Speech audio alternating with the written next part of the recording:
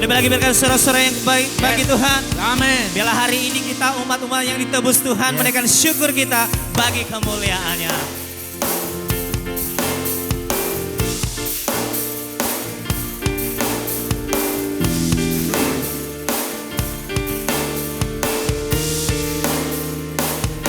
Mari jemaat Tuhan, kami yang telah ditebus dengan darah yang kudus, mengangkat pujian bagi-Mu.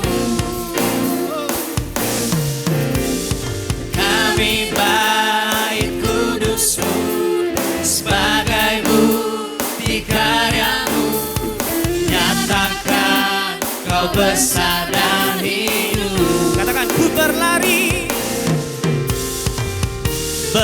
sampai tujuan, mendapatkan mahkota kekal.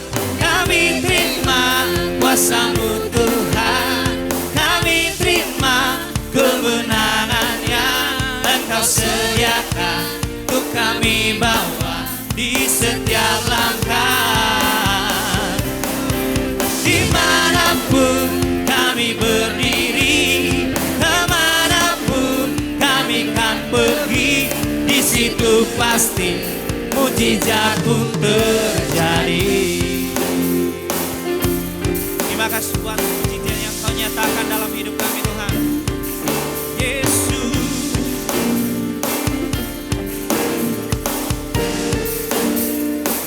Lebih lagi katakan, kami yang telah ditebus dengan darah yang kudus, mengangkat pujian bagi-Mu.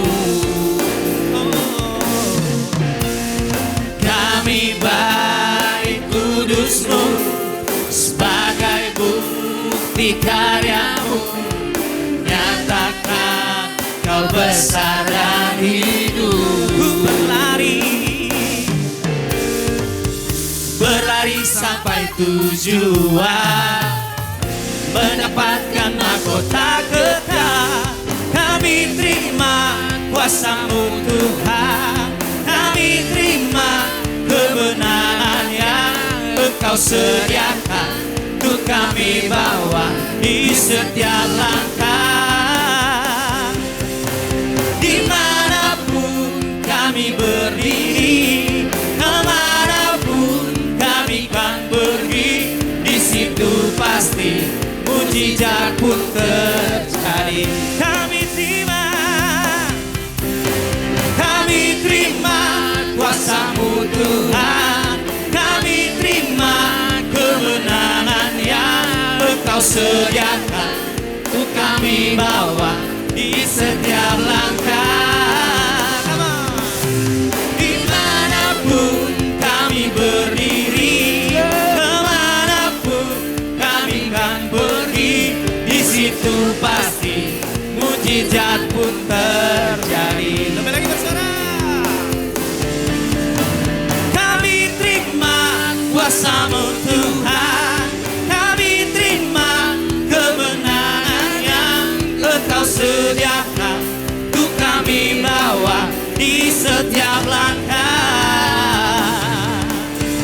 Dimanapun kami berdiri, kemanapun kami kan pergi, di situ pasti mujizat pun terjadi. Di situ pasti mujizat pun terjadi. Di situ pasti mujizat pun terjadi. Haleluya. Marilah umat-umat pilihan Tuhan lebih lagi bersorak bagi kemuliaan-Nya.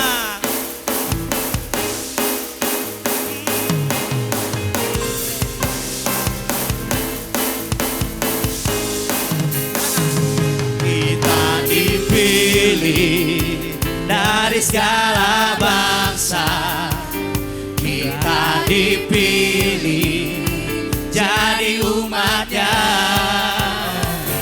Kita dipilih dan dikuduskan-Nya kemuliaan hanya bagi Dia. Kita dipilih dari segala bangsa, kita dipilih jadi umat-Nya. Kita dipilih dan dikuduskan-Nya, membawa kemuliaan hanya bagi Dia.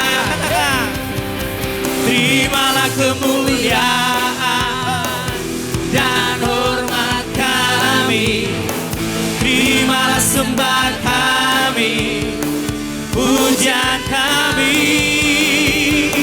Terimalah kemuliaan dan hormat kami, terimalah sembah dan pujian kami.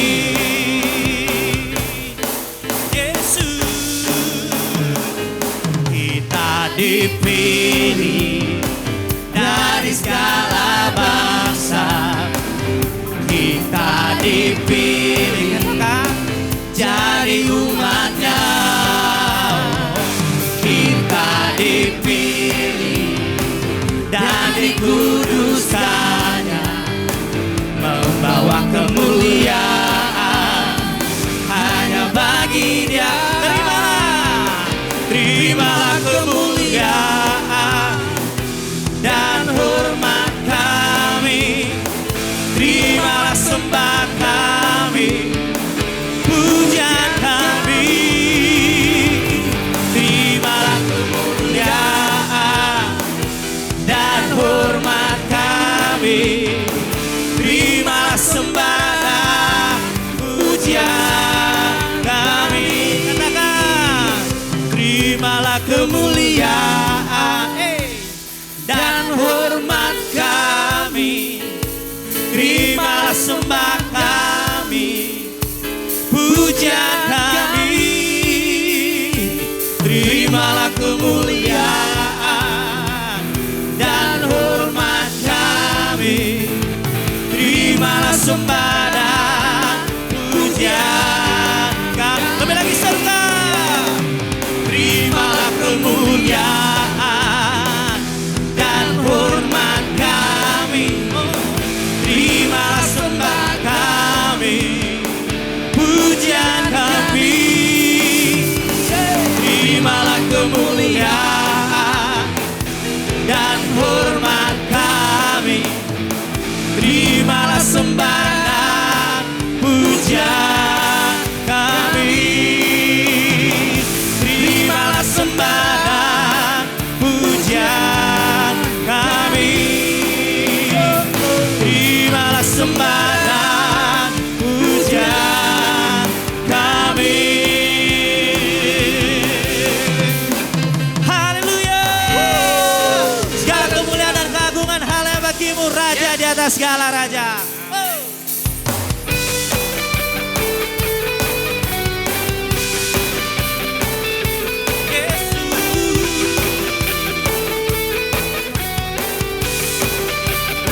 Mari katakan, Kau telah memanggilku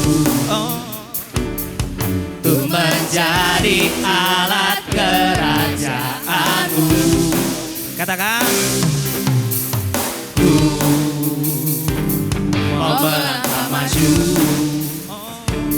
sebab Roh Kudus yang memampukanku. Katakan, ku mau beritakan sampai seluruh dunia tahu Yesuslah Tuhan, Yesuslah Tuhan atas segala bangsa. Ini seruan kami Tuhan. Pakailah Tuhan seluruh kehidupanku, ku ceritakan kebesaran-Mu, perbuatan-Mu. Bagimu Tuhan segenap masa mudaku, sampai akhir nafas hidupku, kan setia beritakan nama-Mu Yesus.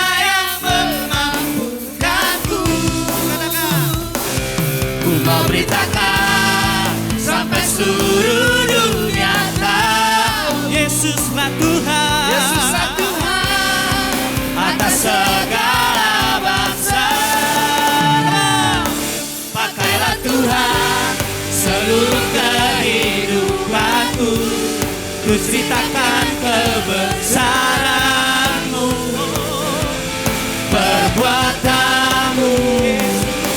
Bagimu Tuhan segenap masa mudaku, sampai akhir nafas hidupku, kan setia beritakan nama-Mu Yesus. Yesus, Kau besar.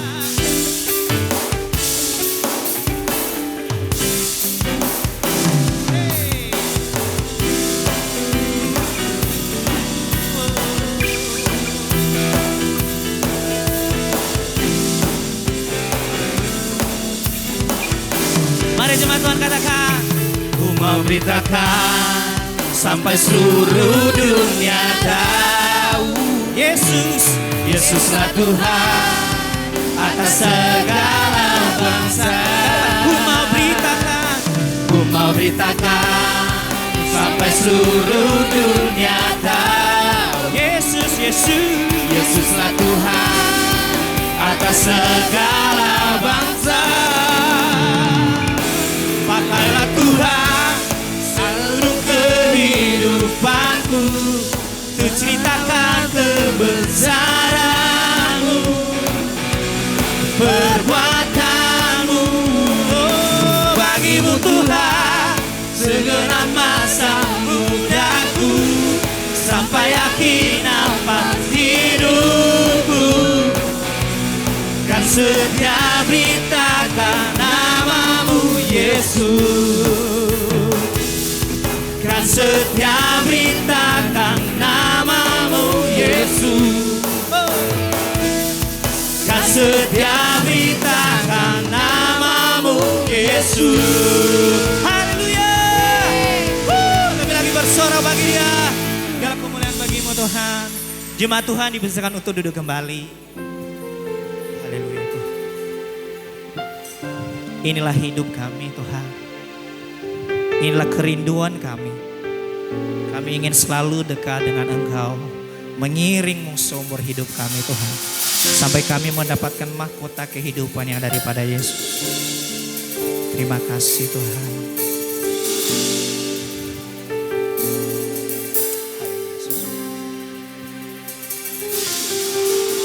Tak akan pernah ku sesali mengiring Yesus sepanjang hidupku,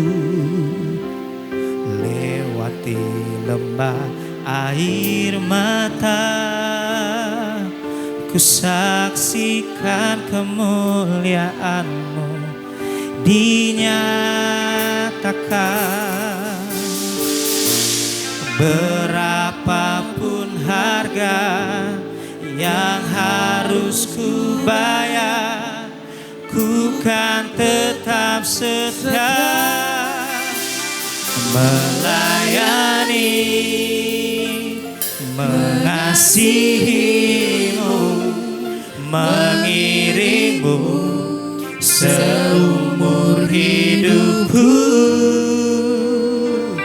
Janji-Mu kan tetap ku pegang teguh, sampai ku dapat mahkota kehidupan.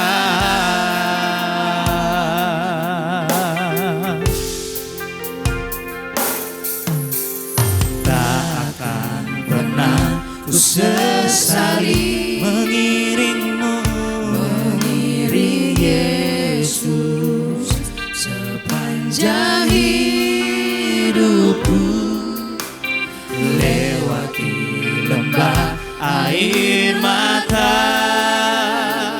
ku saksikan kemuliaan-Mu dinyatakan. Berapapun harga yang harus ku bayar, ku kan tetap setia melayani, mengasihi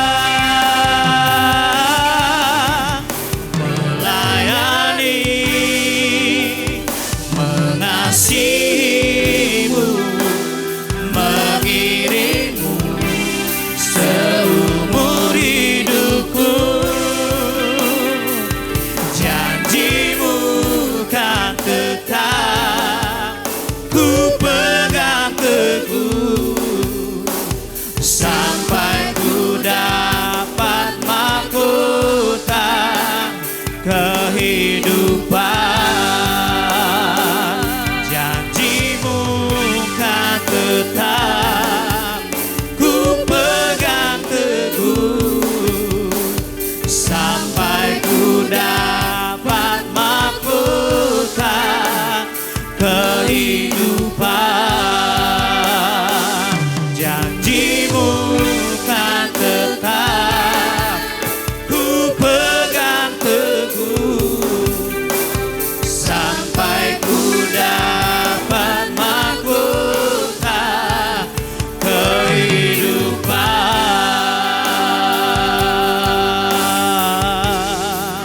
Kami mau mengiringmu Tuhan, seumur hidup kami mau mengasihimu lebih lagi Tuhan. Dan dalam Engkau saja yang berkuasa, yang berkata di dalam hidup kami. Selamanya kami menyembahmu, kami memuliakanmu, yang dalam mata hidup kami sebagai anak di dalam kerajaan-Mu. Kau pakai hidup kami Tuhan sebagai bejana-Mu. Yesus, Yesus, hanya Engkau saja yang ada di dalam hidup kami. Selamanya memuliakanmu, selamanya mengagungkan Engkau. Yesus, haleluya. Dalam segala pujian dan dalam segala hormat bagi kemuliaan-Mu Tuhan. Kau disembah selamanya. Allah yang kami tinggikan, dalam kami yang berkurang, Kau yang semakin bertambah di dalam kami. Yesus, Yesus, haleluya, haleluya.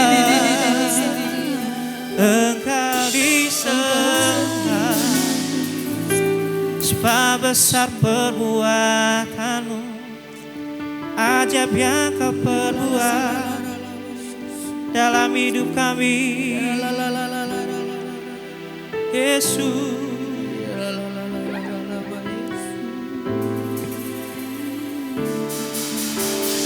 kan ku nyatakan kebesaran-Mu, ku saksikan di setiap nafasku perbuatan-Mu ajaib bagiku. Yesus penyelamatku, kan ku nyatakan kebesaran-Mu, ku saksikan di setiap nafasku perbuatan-Mu ajaib bagiku. Yesus penyelamatku. Biar alam raya seisi sebesar bertelut memandangmu, buat seluruh karya-Mu. Oh Yesus, Engkaulah Raja terus. Biar alam raya seisi. Jemaat Tuhan, mari kita semua bangkit berdiri bersama.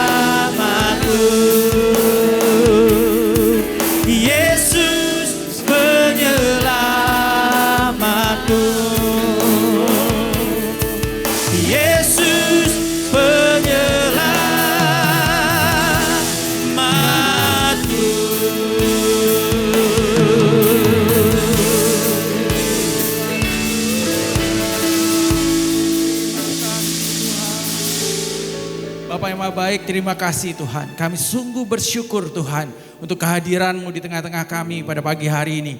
Kesegaran yang Kau berikan Tuhan, damai sejahtera yang Kau nyatakan dan kemurahan-Mu yang tidak habis-habisnya untuk setiap jemaat-Mu di tempat ini Tuhan. Kami bersyukur Tuhan, dan saat ini Tuhan biar Kau nyatakan firman-Mu Tuhan yang hendak Kau sampaikan.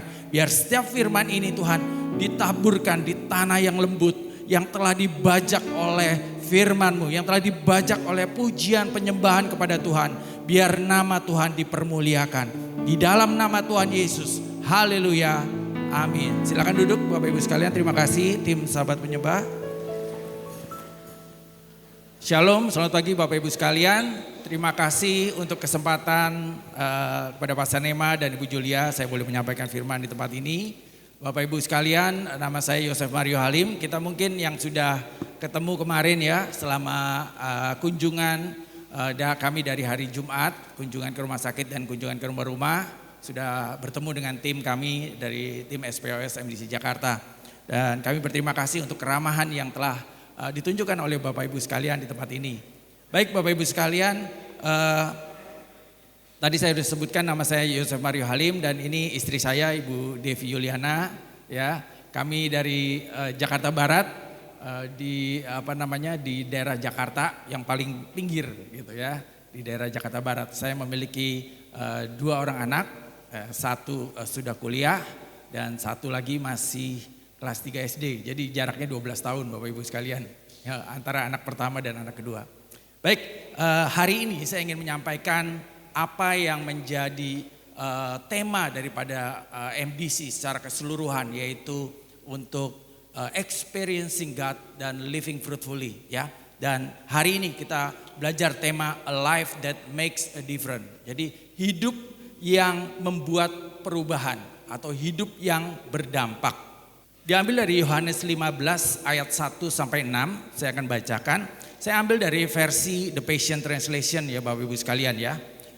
Dikatakan seperti ini, akulah pokok anggur dan kalian ranting-rantingku. Ketika kalian hidup menyatu denganku, ini kata-kata Yesus ya, sebagai sumber kalian, buah melimpah akan mengalir dari dalam diri kalian. Tetapi ketika kalian hidup terpisah dariku, kalian tidak berdaya. Jika seseorang terpisah dariku, ia terbuang. Ranting-ranting semacam itu dikumpulkan dan dilemparkan ke dalam api untuk dibakar.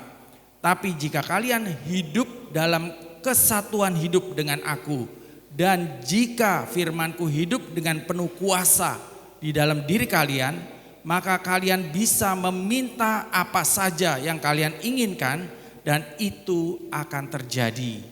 Ketika hidup kalian menghasilkan buah melimpah, kalian memperlihatkan bahwa kalian adalah murid-muridku yang dewasa, yang memuliakan Bapakku. Jadi Bapak Ibu sekalian, kalau baca ayat ini, kita kadang-kadang ngutip yang paling belakang ya Bapak Ibu ya. Yang dikatakan minta apa saja ya, maka kalian yang kalian inginkan dan itu akan terjadi ya. Kadang-kadang orang mengutip ayat belakangnya, tapi tidak membaca secara jelas apa yang harus kita lakukan. Jadi syarat dan ketentuan berlaku Bapak Ibu sekalian. Kalau Bapak Ibu mendapatkan diskon gitu ya di baik melalui restoran, GoFood ataupun GrabFood ya. Ini maaf ya nyebut merek nih jadinya. Nah, itu ada syarat dan ketentuan ya. Minimal harus sekian, harus waktunya hanya dikasih sekian lama dan seterusnya. Nah, di sini syarat dan ketentuannya itu sudah jelas. Jika kalian hidup di dalam kesatuan hidup dengan aku, atau jika kalian hidup di dalamku dan firmanku hidup di dalam engkau, ya. Jika firmanku hidup dengan penuh kuasa dalam diri kalian, baru dikatakan maka kalian bisa meminta apa saja yang kalian inginkan dan itu akan terjadi. Jadi ada kata dan Bapak Ibu sekalian. Jadi ini tidak bisa dipisahkan. Yang pertama, hidup di dalam Tuhan, dan yang kedua firman-Nya hidup di dalam kita, ya. Jadi dua kata itu, dua kalimat itu adalah syarat Bapak Ibu sekalian. Syarat untuk kita yang belakangnya itu kalau kita meminta apa saja itu dikabulkan oleh Tuhan, ya. Meminta apa saja dikabulkan oleh Tuhan.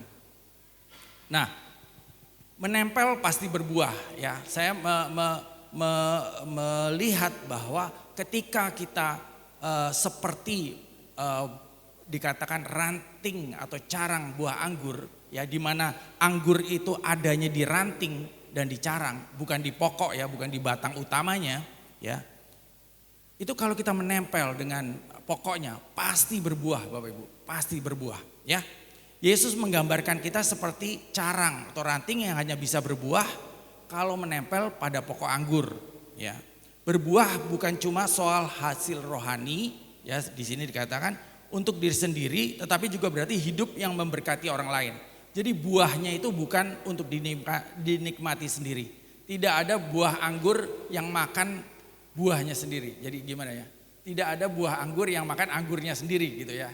Jeruk makan jeruk gitu ya. Ya, tidak ada gitu. Tapi hidup kita itu memberkati atau menjadi berkat buat orang lain, menjadi saluran kebaikan Tuhan bagi sesama. Nah, Tuhan terlebih ingin setiap kita berbuah banyak, ya. Tuhan yang terlebih ingin. Tuhan yang lebih ingin setiap kita berbuah banyak, berbuah banyak, berbuah banyak. Ya, saya menyadari ketika saya suatu ketika punya kerinduan, Bapak Ibu, ingin melihat buah ara, ya, di kebun saya. Jadi di rumah saya di daerah Kedoya, Jakarta Barat, itu saya punya kerinduan, pengen punya pohon ara, ya. Padahal pohon ara kan dari Timur Tengah, ya, Bapak Ibu sekalian. Satu ketika saya jalan-jalan ke Malang dan saya lihat ada orang jual benih pohon ara. Sudah 30 cm lah seperti itu. Udah jadi gitu loh, 30 cm. Tapi belum ada buahnya. Jadi saya belilah, saya pesen beberapa batang. Kirim ke Jakarta. Nah, sampai di Jakarta ditanam, ya. 3 pohon yang jadi cuma 1 pohon, Bapak Ibu sekalian. Tapi itu pun membuat saya sukacita banget. Karena saya bisa membayangkan waktu Yesus cerita tentang pohon ara. Dia mengutuk pohon ara, saya bisa membayangkan. Pohon ara itu ternyata berbuah terus, Bapak Ibu. Gak ada musimnya, selalu keluar buah, selalu keluar buah. Jadi gak ada musimnya. Dan waktu saya melihat buah ara itu, ya, banyak burung-burung yang suka di dahannya, di dahan pohon ara tersebut gitu. Jadi saya melihat, oh, gambaran waktu Tuhan Yesus cerita tentang buah ara itu seperti itu. Ketika Yesus menginginkan kita berbuah banyak, ya, tidak ada musimnya, terus berbuah, terus berbuah, terus berbuah, menjadi berkat buat banyak orang. Jadi Tuhan terlebih ingin setiap kita berbuah, berbuah banyak, berbuah banyak. Nah, saya punya ilustrasi, saya sempat cari, ya. Ini adalah anggur paling mahal di dunia, ya, namanya Ruby Roman, ya. Anggur premium dari prefektur Ishikawa, Jepang. Jadi ini anggur paling mahal, ya. Harganya kalau dirupiahkan 198 juta per tangkai, per tandan dibilangnya. 198 juta atau senilai mobil mobil Avanza gitu, maybe ya, mobil Avanza 198 juta satu tandan, ya. Itu dijual diproduksi di prefektur Ishikawa. Kenapa bisa semahal itu? Saya lihat, ya, saya cari tahu. Yang pertama super langka dan asal usulnya sangat terbatas. Jadi dikatakan Ruby Roman dikembangkan dan paling identik dengan wilayah Ishikawa.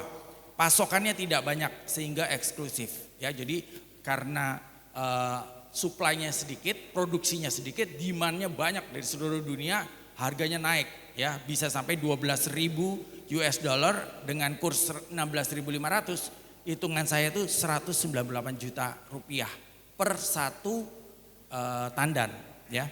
Yang kedua, kenapa dia mahal? Karena standar kualitasnya ekstrim, gradingnya ketat. Jadi kalau ukurannya nggak sesuai itu disingkirkan. Kalau kadar manisnya nggak sesuai disingkirkan. Jadi gradingnya itu sangat ketat. Dan yang ketiga, budidayanya sangat intensif, baik tenaga dan perawatan. Jadi perawatannya, penjarangan, proteksi buah, kontrol kualitas, semuanya dikerjakan dengan sempurna, ya.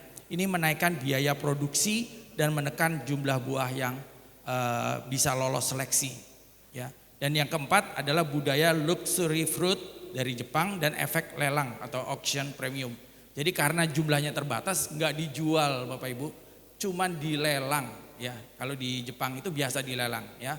Jadi ikan-ikan premium, ikan yang cakalang atau ikan yang besar-besar itu, ya, itu semua dilelang, ya. Jadi harganya bidding, makin lama makin naik, gitu ya. Karena supply-nya hanya sedikit. Nah, bicara tentang anggur Ruby Roman ini, ya, semahal-mahalnya anggur Ruby Roman ini, bisakah Ruby Roman atau anggur termahal yang dijual seharga 198 juta tadi hidup dan berbuah tanpa menempel pada pokok anggurnya? Oh, karena ini anggur istimewa, tidak perlu lewat carang, langsung di pokoknya, langsung di tumbuh dari pokoknya, tidak perlu menempel, ya. Itu tidak mungkin kejadian Bapak Ibu sekalian, ya. Justru dia mahal karena dia menempel pada pokok anggurnya. Jadi tidak ada buah yang bisa berbuah, apalagi berbuah banyak tanpa menempel pada pokoknya, ya. Gitu. Jadi contohnya Ruby Roman ini, semahal-mahalnya dia tetap harus nempel pada pokok anggurnya. Karena kalau nggak nempel juga nilainya nggak ada Bapak Ibu sekalian, nggak bisa berbuah, ya.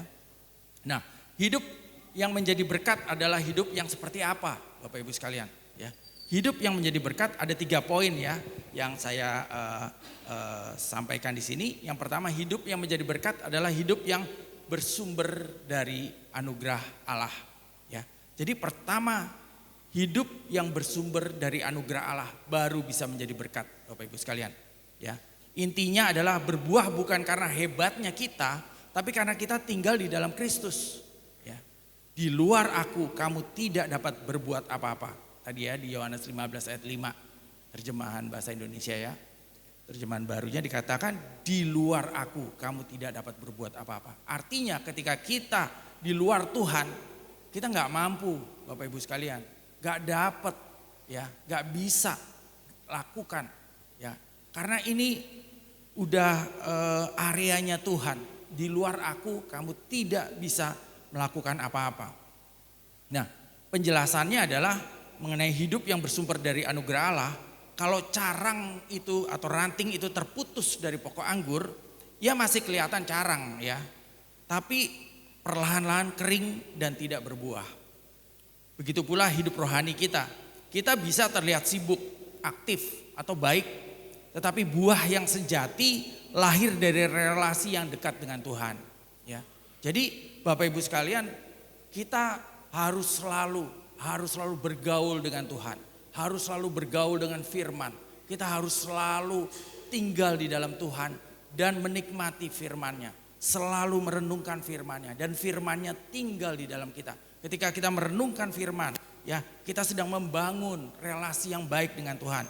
Karena di luar aku, kata Tuhan, kamu gak bisa ngapa-ngapain. Kamu gak bisa apa-apa, ya.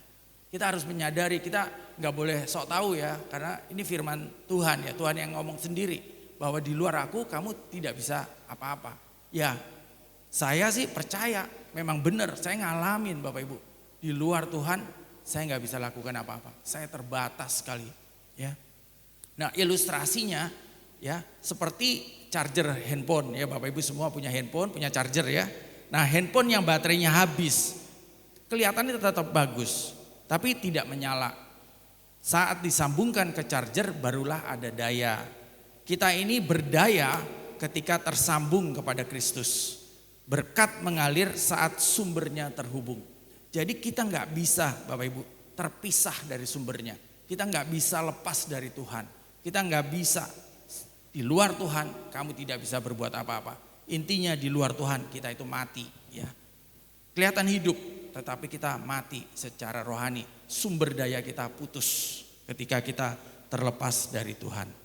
Yang kedua Bapak Ibu sekalian, ya, hidup yang menjadi berkat adalah hidup yang tentunya meninggikan nama Tuhan, ya. Hidup yang meninggikan Tuhan. Intinya adalah buah hidup kita tujuannya itu adalah memuliakan Bapa, bukan mencari buat nama kita sendiri, ya. Di dalam hal inilah, di dalam Yohanes 15 ayat 8 dikatakan, dalam hal inilah Bapakku dimuliakan, bahwa kamu berbuah banyak.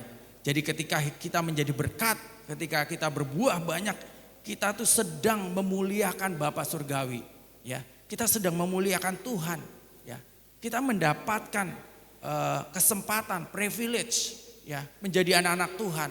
Kita mendapatkan kesempatan yang luar biasa untuk berbuah, untuk menghasilkan buah, untuk berdampak bagi banyak orang. Tuhan memilih kita dan Dia menjadikan kita dari yang bukan siapa-siapa, dipilih, ya, dipilih, diambil dan dibentuk oleh Tuhan, ya, dijadikan alatnya, berbuah banyak, ya. Supaya apa? Supaya Bapa dimuliakan. Orang tidak harus jadi pendeta untuk memuliakan Tuhan. Di kantor, di rumah, di bisnis, di pelayanan. Yang penting adalah hidup kita membuat orang melihat Tuhan itu baik adanya. Bapak Ibu sekalian, saya dan istri saya, kami bukan full timer, kami bekerja, ya. Kami memiliki perusahaan dan kami menangani kurang lebih 300 orang karyawan, karena perusahaan manufaktur dan juga perusahaan manufaktur dan juga perusahaan trading, gitu ya, untuk bidang chemical, kimia. Jadi kami tiap-tiap hari belajar untuk mengandalkan Tuhan. Tiap-tiap hari tanya Tuhan ketika ada problem, ketika ada masalah. Bahkan kalau ada customer yang istilahnya nyaris-nyaris kredit macet gitu, nyaris-nyaris nggak bayar ya, udah lewat jatuh tempo. Kita berdoa Bapak Ibu sama Tuhan. Tuhan tolong customer ini diberkati. Tolong usahanya dilancarkan. Supaya dia bisa bayar utangnya Tuhan ke kami. Gitu ya. Jadi kita doakan. Semua permasalahan-permasalahan kami. Itu kami selesaikan kebanyakan melalui doa. Ya, ketika kami membangun mesbah dengan istri. Kita sepakat sehati. Ya. Makanya saya sangat menganjurkan untuk Bapak Ibu yang menikah, doa selalu sepakat, ya. Doa untuk pekerjaan, doa untuk pelayanan. Ya, nggak kebetulan saya dengan istri saya pelayanannya sama, ya, pekerjaannya sama, ya semua hobinya juga sama, semuanya sama gitu ya. Ya jadi kita hampir 24 jam kita barengan terus sama istri saya, gitu ya. Nah, tetapi buat Bapak Ibu yang lain pun bisa Bapak Ibu, ya, sepakat, sehati, ya. Harus memuliakan Bapa di surgawi ketika kita berbuah banyak. Nah, seorang anak kecil, ya, ilustrasinya ikut lomba dan dia menang. Dia berkata, ini karena papa yang latih aku, mama yang doakan aku. Nah, anak itu tetap bersinar, tapi kemuliaan juga kembali kepada orang tuanya. Begitu juga dengan kita. Keberhasilan, karakter, buah pelayanan, apapun yang kita peroleh seharusnya membuat orang berkata, Allahnya dia nyata, ya, sehingga memuliakan Bapa surgawi, ya. Poin ketiga, hidup yang menjadi berkat adalah hidup yang menjadi saksi Kristus bagi banyak orang. Nah, buah hidup kita adalah bukti bahwa kita murid Kristus. Orang bisa menilai Kristus lewat hidup kita dan menunjukkan bahwa kamu adalah murid-muridku. Yohanes 15 ayat 8. Saksi bukan terutama soal banyak bicara, tetapi soal konsistensi hidup. Orang akan bertanya, apakah hidupnya selaras dengan Yesus yang dia percayai? Ya, ketika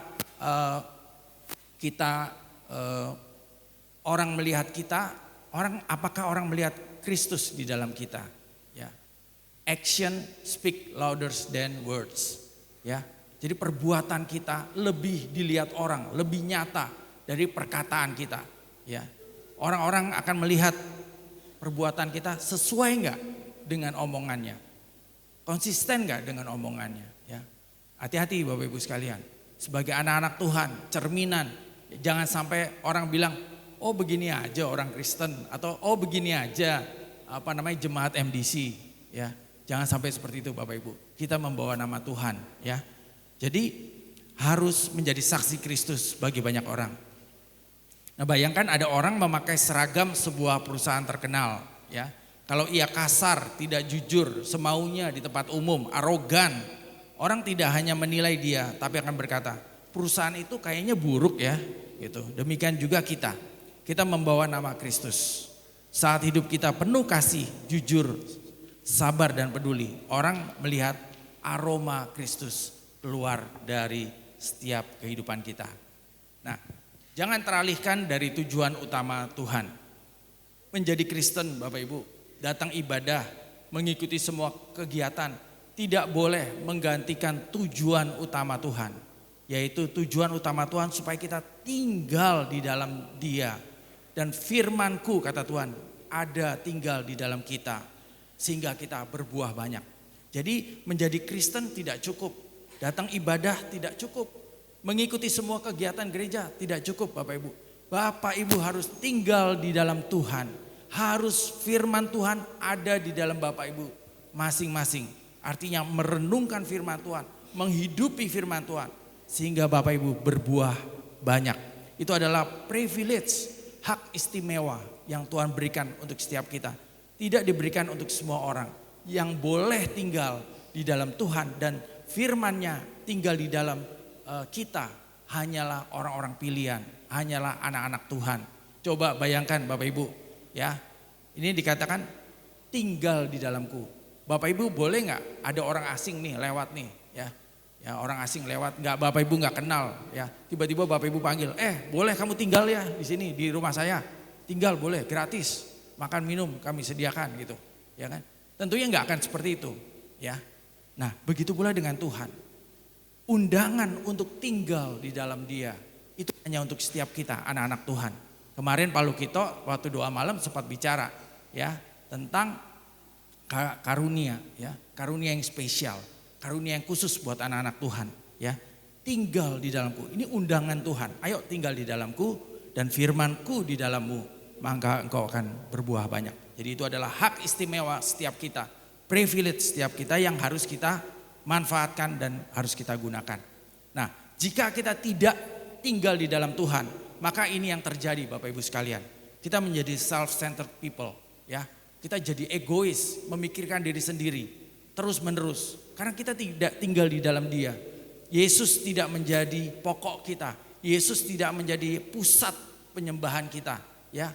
Tidak menjadi Christ, bukan lagi our life centered gitu ya. Jadi kita menjadi self-centered, ya, self-centered people. Menjadi money centered people atau money oriented dan menjadi freedom centered people. Apa-apa menuntut kebebasan, apa-apa menuntut hak asasi, apa-apa, ini hak saya, ini hak saya. Selalu mengutamakan hak pribadinya, ya, merasa bahwa itu kebebasan yang harus dia peroleh, ya. Jika kita tidak tinggal di dalam Kristus, ini yang akan terjadi Bapak Ibu. Self-centered people, money-centered people, dan freedom-centered people, ya. Tidak menuruti Allah, menentang hukum Tuhan, melawan prinsip kerajaan Tuhan. Nah, jadi hidup berbuah, ya, hidup yang memberkati bukan soal berusaha keras supaya terlihat rohani. Hidup berbuah tadi ada 3 poin. Pertama, bersumber dari anugerah Allah, yaitu melekat pada Kristus. Yang kedua, meninggikan nama Allah, buahnya itu memuliakan Bapa. Dan yang ketiga, menjadi saksi Kristus atau hidup kita menunjukkan kita muridnya. Kalau kita melekat, buah akan muncul, pasti akan muncul. Dan buah itu akan menjadi berkat bagi keluarga, lingkungan, kerja, gereja, pelayanan, dan banyak orang. Nah, faktor pembeda antara kita dengan anak-anak dunia adalah Yesus. Jika kita tidak lagi melekat pada Yesus, artinya kita sama seperti anak-anak dunia. Ya, mengerikan Bapak Ibu sekalian, mengerikan sekali. Ya, jadi yang membedakan kita dengan orang-orang dunia hanya Yesus. Ya, faktor Yesus. Jadi kita harus melekat kepada Yesus, ya.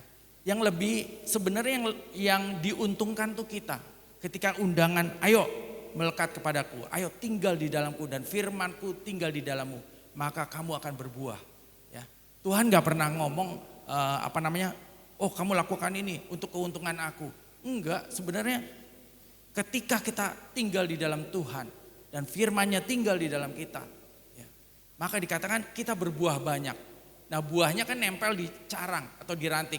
Ya, rantingnya adalah kita, ya. Dan yang kedua, apapun yang kita minta, Tuhan akan jawab, ya. Jadi keuntungan itu buat kita, maksimal keuntungannya buat kita, gitu. Ya. Yesus is the center, ya. Kehidupan yang sempurna, maksimal dan berimbang hanya ada di dalam Yesus. Jadi Yesus selalu harus menjadi pusat kita, ya, pusat seluruh kegiatan kita, pusat aktivitas kita, baik itu pekerjaan kita, sekolah kita, keuangan kita, ya kan, semua kegiatan religius kita, semua pemahaman-pemahaman kita, semua pusatnya harus selalu kepada Yesus, ya. Itu yang namanya tinggal di dalam Kristus. Dan firman-Ku tinggal di dalam engkau. Maka apapun yang kau minta pasti akan aku berikan. Bapak Ibu, saya punya sebuah kesaksian yang menutup daripada sharing saya pada hari ini. Ketika saya mulai bertumbuh dalam iman percaya saya latar belakang saya bukan Kristen, Bapak Ibu sekalian. Bapak saya haji. Ya, bapak saya dari Kalimantan Selatan, Banjarmasin, dia seorang haji, mama saya seorang Katolik. Ya, saya dibesarkan dengan dua aliran agama, yang Katolik dan Muslim, gitu ya. Tetapi pada usia 16 tahun saya bertobat, ya. Pertobatannya juga unik sekali, ya. Saya bertemu dengan rohani Kristen di SMA 6 waktu itu di Jakarta, dan saya dijangkau oleh mereka, ya. Nah, saya ingin bercerita ketika kita percaya kepada Tuhan, ketika kita tinggal di dalam Tuhan, ketika firman-Nya tinggal di dalam kita, ya, maka benar-benar terjadi apapun yang kamu minta itu Tuhan akan berikan. Satu ketika anak saya kuliah. Saat ini dia masih kuliah di Kyoto di Jepang, ya. Dia tinggal di apartemen dan dia tinggal sendiri di apartemen itu, ya. Apartemennya dia tinggal sendiri. Nah, untuk masuk ke apartemen itu perlu kartu akses dan kunci, ya. Nah, satu ketika anak saya ceroboh, dia kehilangan kuncinya, Bapak Ibu sekalian. Kuncinya hilang, ya. Jadi kuncinya sebenarnya ada dua. Ya, ada cadangan. Akhirnya dia pakai yang cadangan. Cuman dia takut ngomong sama mamanya, takut dimarahin gitu ya. Jadi ketahuannya udah sekian minggu baru dia cerita. Nah, sedangkan kalau di sana di Jepang tuh apa-apa mahal ya. Jadi kalau gandain kunci juga mahal. Dan ternyata kuncinya nggak bisa digandain, Bapak Ibu sekalian. Jadi dicari-cari di Jepang nggak bisa digandain. Satu ketika anak saya pulang ke Indonesia, saya bilang bawa deh kuncinya. Saya pikir di Jakarta bisa lah digandain kunci-kunci gitu ya. Tinggal bawa aja ke Senen atau bawa ke Pasar Baru. Ternyata pas saya lihat kuncinya, wah ini kuncinya unik nih, susah nih kayaknya nih. Bener, saya bawa ke tukang-tukang kunci baik yang di mall maupun di pinggir jalan, gak ada yang sanggup. Ini kunci katanya belum pernah dilihat katanya. Cuman ada di Jepang doang. Jadi intinya gak bisa lah, gak bisa gak bisa digandakan. Ya, anak saya akhirnya kembali ke Jepang. Ya dengan cuma satu kunci. Kami berdoa waktu itu, ya saya berdoa minta sesuatu yang mustahil. Hilangnya tuh udah kurang lebih berapa bulan, Dev? 2 bulan. Kuncinya udah hilang 2 bulan, ya. Anak saya sama sekali nggak tahu di mana hilangnya. Dipinjam temennya, kalau jatuh. Dia kan karena naik sepeda dari apartemen ke kampusnya tuh naik sepeda. Bisa jadi kan kalau anak-anak tuh dia sepedaan terus jatuh gitu ya, gitu. Nah, jadi saya berdoa, Tuhan kirimkan malaikat-Mu untuk mengembalikan kunci yang hilang, ya, kunci yang hilang. Gitu. Nah, kami berdoa, belum ada jawaban, tapi kita juga kemudian sibuk dengan hal-hal lain ya, tapi kita sempat beberapa kali doakan, dan satu ketika anak saya telepon pagi-pagi, ya. Pagi-pagi anak saya si Vilo itu ya dari Jepang bangun tidur segera telepon kami gitu. Dia kasih tahu, "Papa, Mama, ada berita menggembirakan. Kuncinya kembali." Oh iya, saya pikir atau mamanya pikir ada orang ngembaliin kunci gitu ya. Atau gimana, ini ketemu kunci kamu. Ternyata kuncinya ketemunya di mana tahu Bapak Ibu? Samping tempat tidurnya dia. Jadi di bantal, samping bantalnya. Itu agak aneh buat saya gitu ya. Karena kan dia tidur berapa bulan kan di situ nggak ini ya. Ini ada di sampingnya dia. Kayak digeletakin gitu kuncinya gitu. Jadi waktu saya bicara sama istri saya, wah luar biasa Tuhan kita ya. Artinya gini, sesuatu yang udah hilang ya berbulan-bulan gitu ya, Tuhan bisa kembalikan. Itu pelayanan malaikat, saya percaya Bapak Ibu, pelayanan malaikat. Siapa yang bisa ngembaliin kunci gitu? Saya sampai mamanya bilang, coba kamu cek itu pintu apartemen kekunci nggak? Jangan-jangan teman kamu buka, terus ada naruh kuncinya di situ. Anak saya bilang, semua terkunci, jendela terkunci, pintu terkunci. Kuncinya ada di bawah, di samping bantalnya dia. Kita bersyukur, kita nggak tahu gimana caranya Tuhan ngembaliin, tapi satu hal kita bersyukur, kita berterima kasih karena kuncinya yang hilang berbulan-bulan kita doain ketemu Bapak Ibu sekalian. Ya, itu kecerobohan pertama Bapak Ibu. Kecerobohan kedua anak saya adalah dompetnya hilang. Beberapa bulan kemudian. Jadi setelah kuncinya hilang, ini dompetnya hilang Bapak Ibu. Itu lebih ini lagi karena di dompet itu semua kartu kredit, kartu ATM, kartu SIM-nya dia dan kartu residennya dia di Jepang itu sebagai mahasiswa, semua hilang semua dengan uang-uangnya semua hilang gitu. Nah, cerita lagi sama mamanya, sama saya ya dengan takut-takut.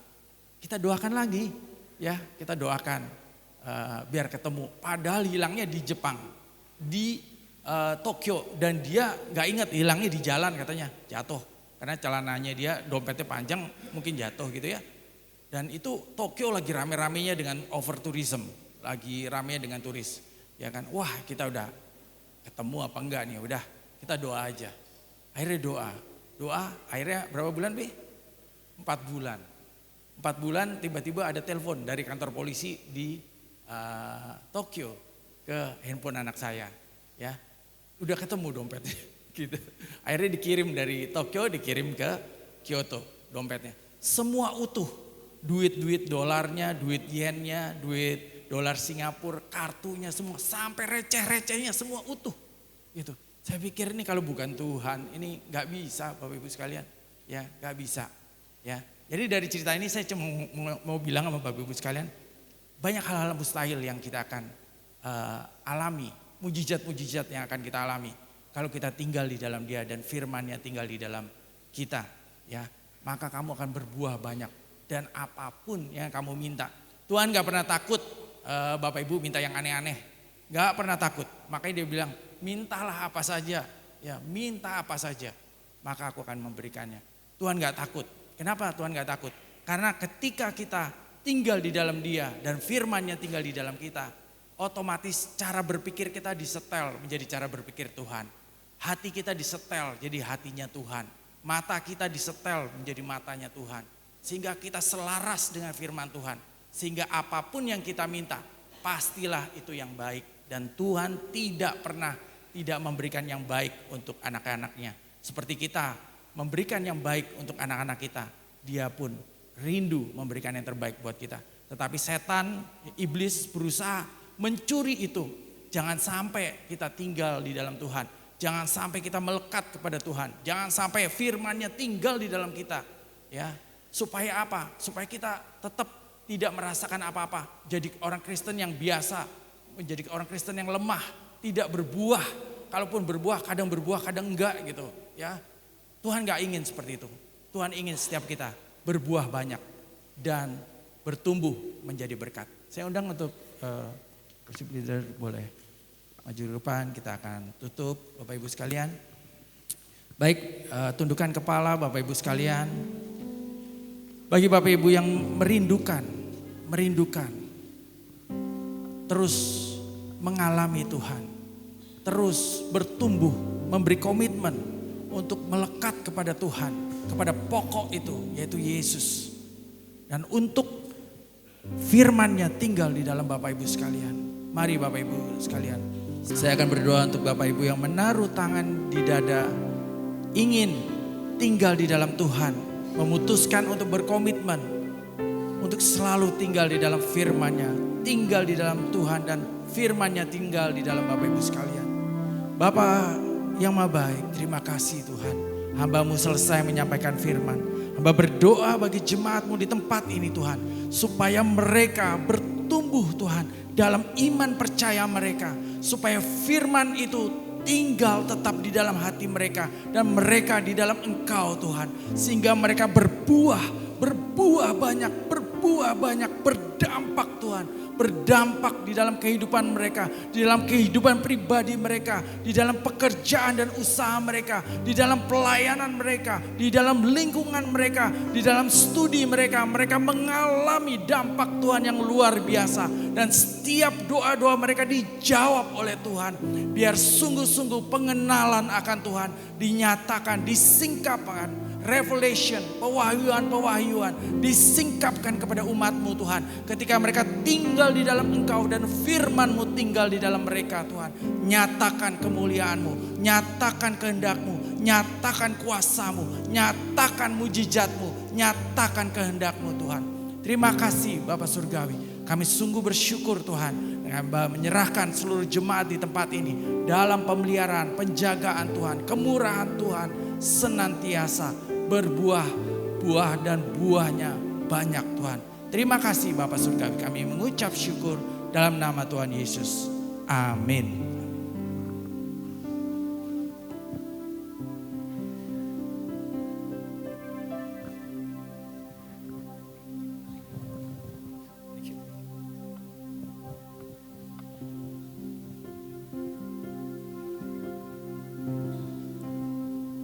Bapak Ibu, saudara-saudari yang dikasihi Kristus. Tentu kita tuh sudah menerima firman Tuhan. Dan waktunya kita mengingat akan pengorbanan Kristus yang begitu mulia, yang dapat membuat kita dijadikan carang-carangnya. Kalau bukan karena Dia, kalau bukan karena pengorbanannya, kalau bukan karena darahnya, kalau bukan karena tubuhnya yang Ia relakan bagi kita, hidup kita menjadi sia-sia. Ibu bapak saudara saudari yang dikasihi dalam Kristus, biarlah kita mempersiapkan diri untuk itu. Senantiasa mengingat akan pengorbanannya, bahwa hidup ini hanya karena anugerahnya, dan karenanya kita mau memuliakan Dia dan mau menjadi saksinya. Oleh karenanya mari kita mempersiapkan roti dan anggur yang Bapak Ibu telah terima. Dan sambil mempersiapkan itu mari kita bangkit berdiri semua. Kita naikkan lagu tadi. Walau dunia berubah, namun kasih-Mu Tuhan tetap sama di hidupku. Kau setia dalam setiap rencana-Mu. Ku percaya hidupku dalam tangan-Mu. Sampai detik ini ku penyertaan-Mu sempurna sampai selamanya. Kaulah Tuhan, satu-satunya pengharapanku. Sampai detik ini ku melihat penyertaan-Mu sempurna sampai selamanya. Kaulah Tuhan, satu-satunya pengharapan. Saudara-saudari, kasih setia Tuhan tak pernah berkesudahan. Kebaikannya tak pernah berhenti sesaat pun. Setiap waktu Ia ada dan tinggal bersama saudara-saudari dan saya. Dan karena Ia tinggal bersama dengan kita, Ia menyertai, Ia memimpin dan menuntun kita. Bukan karena kita baik, tetapi semua itu adalah anugerahnya. Semua itu adalah kemurahannya yang Ia telah nyatakan dalam hidup kita semua. Dan karenanya, kalau Ia mau menerima kita dan tinggal bersama dengan kita, mau memimpin kita, mau menuntun kita, apakah engkau juga mau bersama dengan Dia dan tinggal di dalam Dia, dan firman-Nya tinggal di dalammu? Bila itu engkau, sebelum engkau memakan roti dan anggur ini, izinkan tangan kirimu engkau taruh di atas dadamu. Dan engkau berkata, Tuhan, betapa besar kasih-Mu dalam hidupku. Engkau rela mengorbankan diri-Mu bagiku. Engkau menghapuskan segala dosaku. Engkau menebus aku dari hidup sia-sia. Dan Engkau berikan hidup menjadi hidup bermakna. Hari ini, biarlah hidupku ini senantiasa memuliakan Tuhan dan menjadi saksi-Mu. Tuhan, tolonglah aku. Yang kedua, kalau Ia menerima kita apa adanya, Ia rela menghapuskan segala dosa dan kejahatan kita. Ia tidak lagi mengingat, Ia telah menguburkannya sampai ke perut bumi. Dia buang sampai ke tubir laut dan Dia tidak ingat lagi. Barangkali ada di dalam hati kita menyimpan kesalahan orang lain yang juga bersalah kepada kita, bahkan mungkin pernah menyakiti kita. Maukah engkau melepaskan pengampunan terlebih dahulu? Dan engkau juga tidak lagi mengingat, karena darah Kristus telah menghapuskan itu bagi kita. Maukah juga engkau menghapuskan kesalahan orang lain? Seperti Kristus menghapuskan dosa dan kejahatanmu. Bila itu engkau angkat anggur itu dan engkau berkata, Tuhan, sebagaimana darah-Mu menghapuskan dosaku, demikian juga aku menghapuskan kesalahan orang lain yang bersalah kepadaku.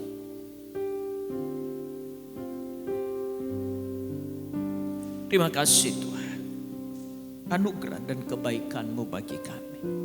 Mari angkat roti ini. Sebab apa yang telah kuteruskan kepadamu telah aku terima dari Tuhan, yaitu bahwa Tuhan Yesus pada malam waktu Ia diserahkan, mengambil roti dan sesudah itu mengucap syukur atasnya. Ia memecah-mecahkannya dan berkata, inilah tubuhku yang diserahkan bagi kamu. Perbuatlah ini menjadi peringatan akan aku. Mari makan di dalam nama Tuhan Yesus.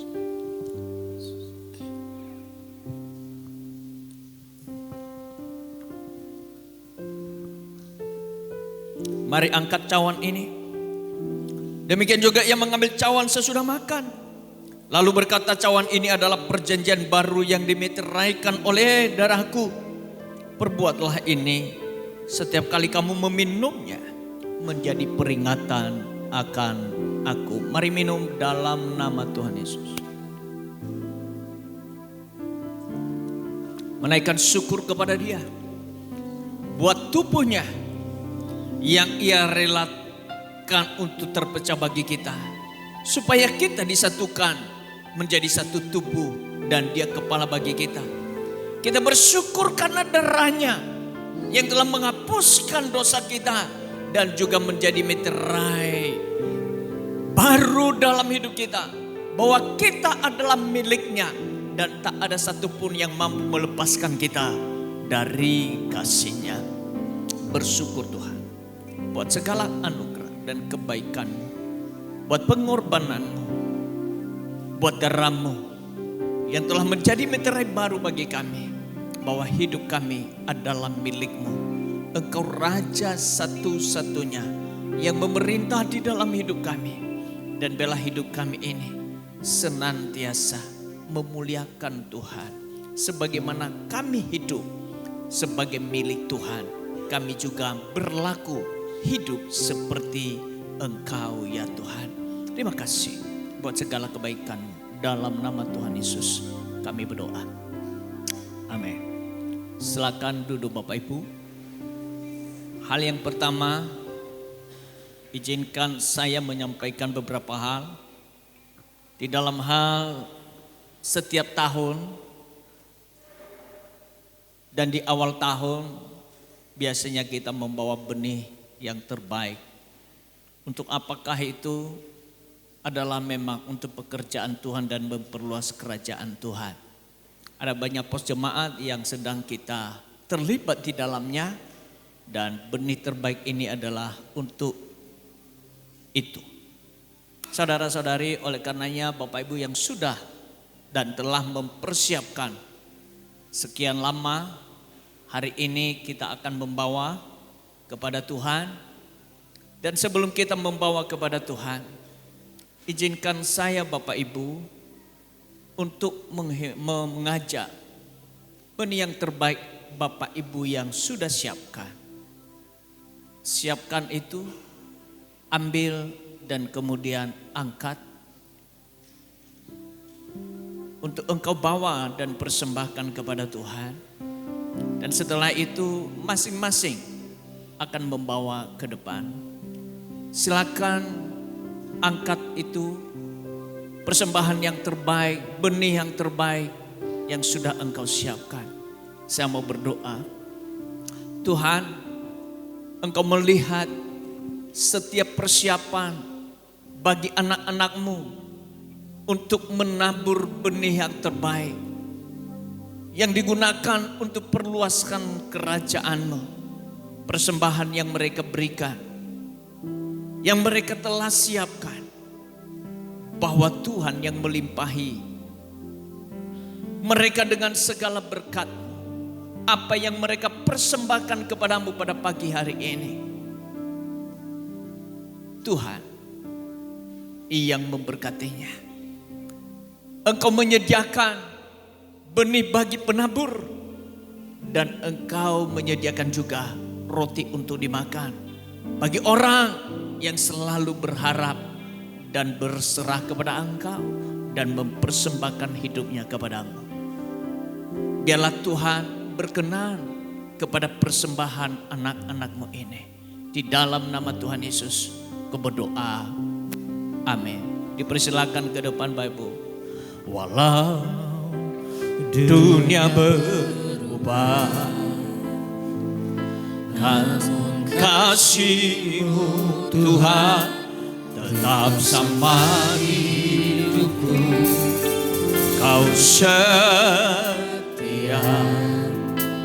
dalam setiap rencana-Mu.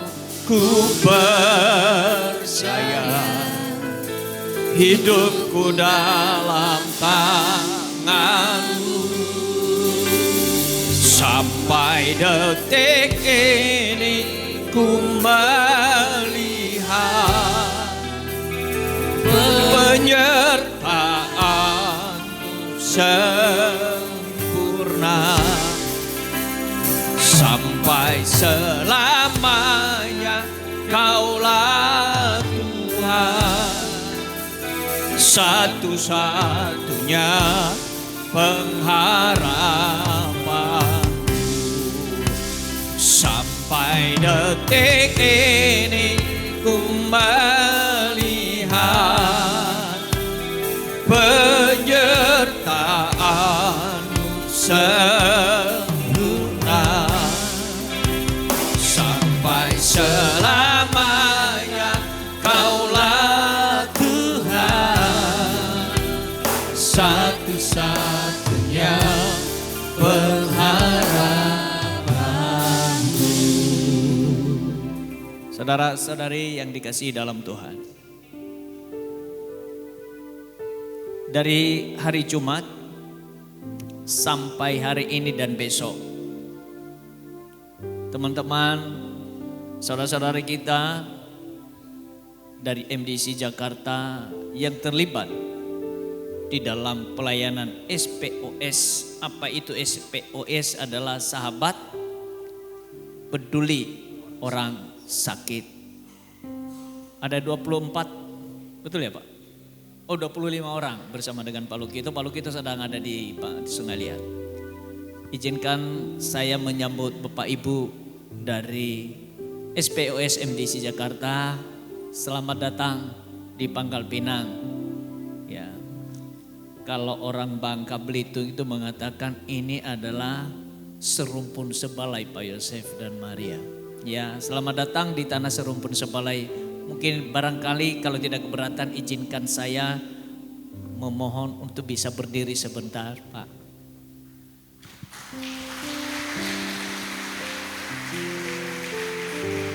Terima kasih Pak Yosef, Ibu Devi. Di sini ada yang paling muda Bapak Ibu, umurnya baru 70 berapa ya? Opa, Oma, ya. Ya, jadi ada juga putra dari Bangka. Namanya Andre. Boleh berdiri Andre?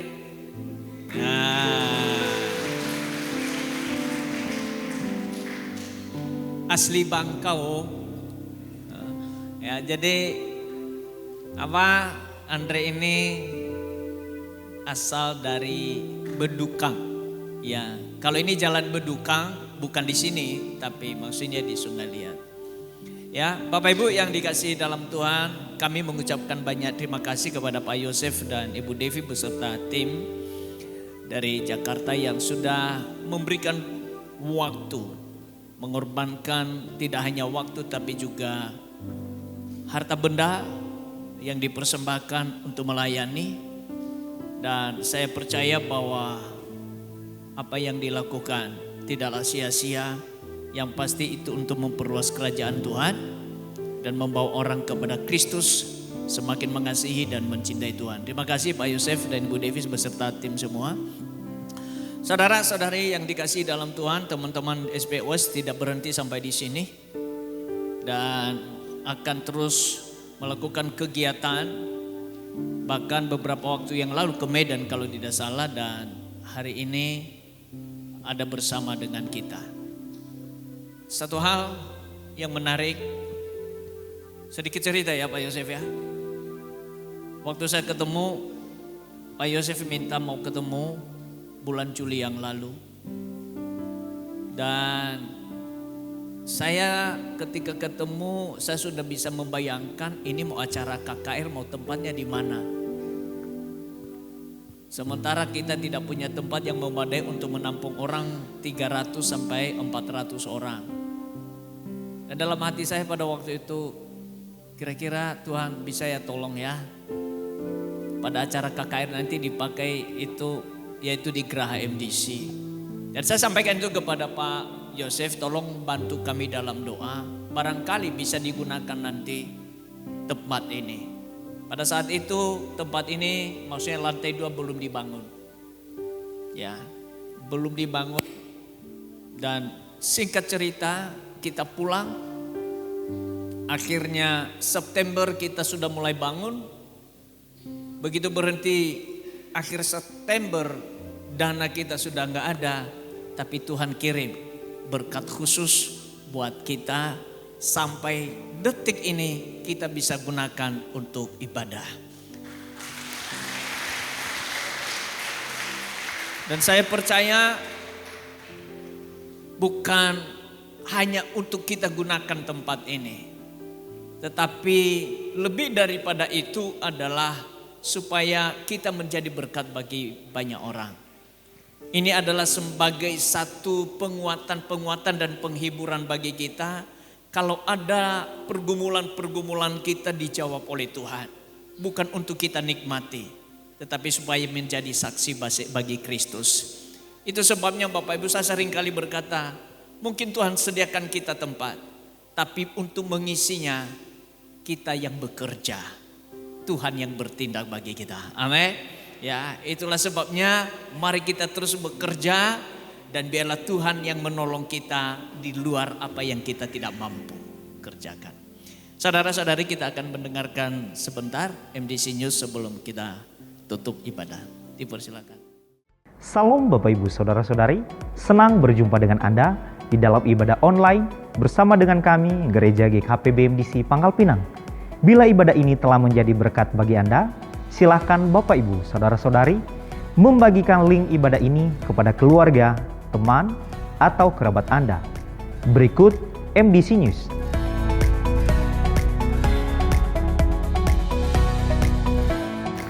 Kelas DK dan HB telah dibuka kembali. Silakan Bapak Ibu, Saudara-saudari mendaftarkan diri Anda kepada Bapak Ari Yakob. Orientasi akan diadakan pada hari Minggu, tanggal 15 Februari 2026 setelah ibadah kedua selesai. 1 jam dalam hadirat Tuhan menjadikan 23 jam hidup bermakna. Mari mengalaminya melalui keintiman dengan Tuhan, melalui Emun Surgawi yang diadakan setiap hari Selasa dan Kamis, dimulai pada pukul 5 sampai pukul 6 waktu Indonesia Barat, yang dilaksanakan secara online melalui Zoom Meeting. Doa meneduhkan jiwa diadakan setiap hari Rabu, dimulai pada pukul 11 sampai pukul 12 waktu Indonesia Barat di gereja. Dan bermalam di hadiratnya diadakan setiap hari Jumat, dimulai pada pukul 19 sampai 20.30 waktu Indonesia Barat di gereja. Kegiatan kesan diadakan setiap hari Selasa, Rabu, Kamis, dan Minggu, dimulai pada pukul 19 waktu Indonesia Barat. Untuk info lebih lanjut, silakan menghubungi ketua kesan masing-masing. Bagi Bapak Ibu, Saudara-saudari yang akan memberikan persembahan umum, persembahan persepuluhan dan persembahan misi, serta persembahan untuk pembangunan, dapat mentransfer ke rekening berikut.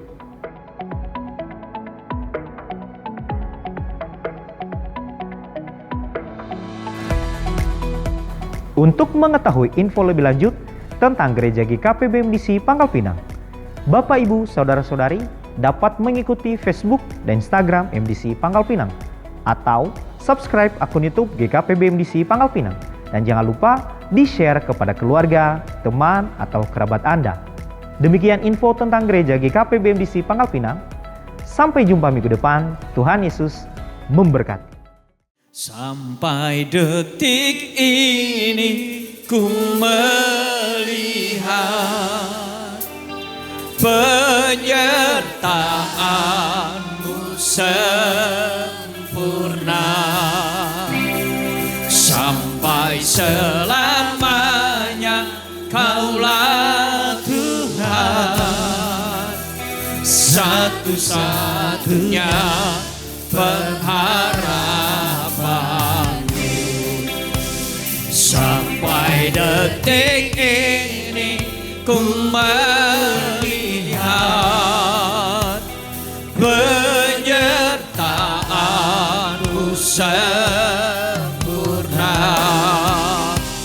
sampai selamanya Kaulah Tuhan, satu-satunya pengharapanku, satu-satunya pengharapanku, satu-satunya pengharapanku.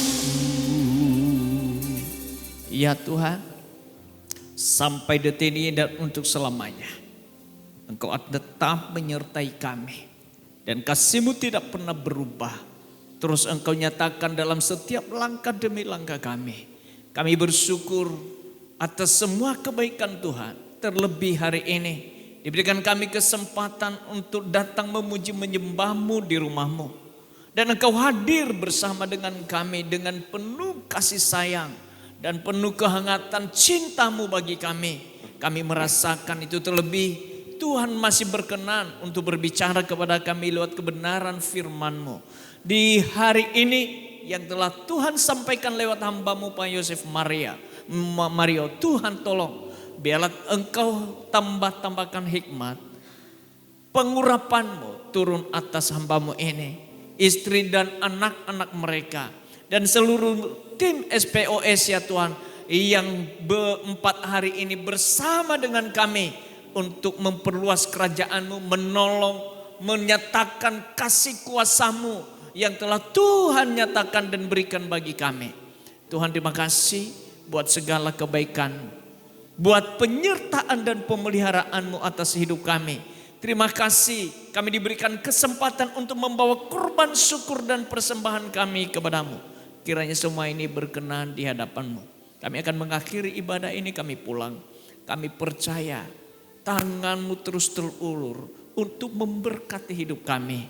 Dan oleh karenanya kami sambut berkat-Mu ini dengan rasa penuh ucapan syukur dan mengangkat kedua belah tangan kami. Kami songsong itu dengan penuh sukacita. Jemaat Tuhan, arahkan hidup-Mu dan angkatlah kedua belah tangan-Mu. Pulanglah dan bawalah berkat dari Allah Bapa yang mengasihi engkau dalam Kristus Yesus Tuhan kita. Dan di dalam persekutuan Roh Kudus menyertai-Mu, memimpin dan menuntun langkah demi langkah-Mu. Sehingga apapun yang engkau buat, dibuat yang engkau berhasil dan beruntung. Tuhan memberkati engkau dan melindungi engkau. Tuhan menyinari engkau dengan wajahnya dan memberikan engkau kasih karunia-Nya. Tuhan menghadapkan wajahnya kepadamu dan memberikan engkau damai sejahtera hari ini sampai untuk selamanya. Di dalam nama Tuhan Yesus Kristus yang berkati, Tuhan berkata bersama-sama. Amin. Selamat hari Minggu, Tuhan berkati.